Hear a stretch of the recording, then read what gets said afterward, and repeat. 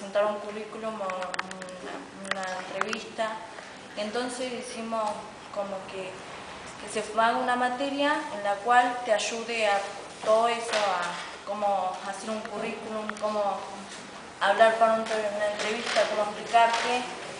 y que además en esa materia con la municipalidad, el municipio, hagan pasantías desde la escuela con alguna empresa de la municipalidad,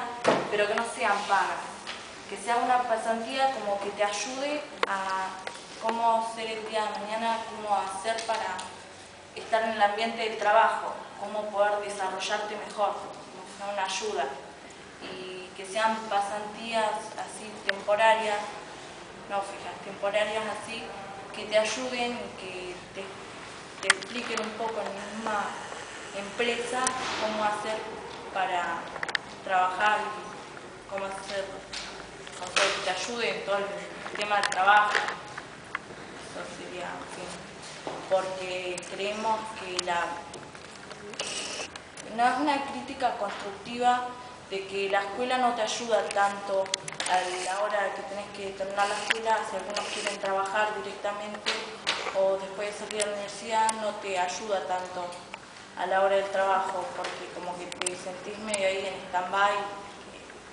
no sabes cómo hacer un currículum o cómo presentarte a la hora de una entrevista. Entonces sería una ayuda buena que hubiera una materia en cada escuela o fuera del horario de la escuela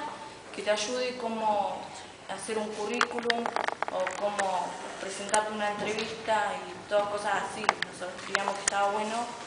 porque a la hora de terminar la escuela o terminar, si pensás estudiar, no sabes cómo presentarte a la hora del trabajo, porque no crees que es algo como que te ayuda en el sistema educativo, el horario que tenés que cumplir y todo eso, pero hay cosas que no te ayuda la escuela, y entonces creemos. No, yo quería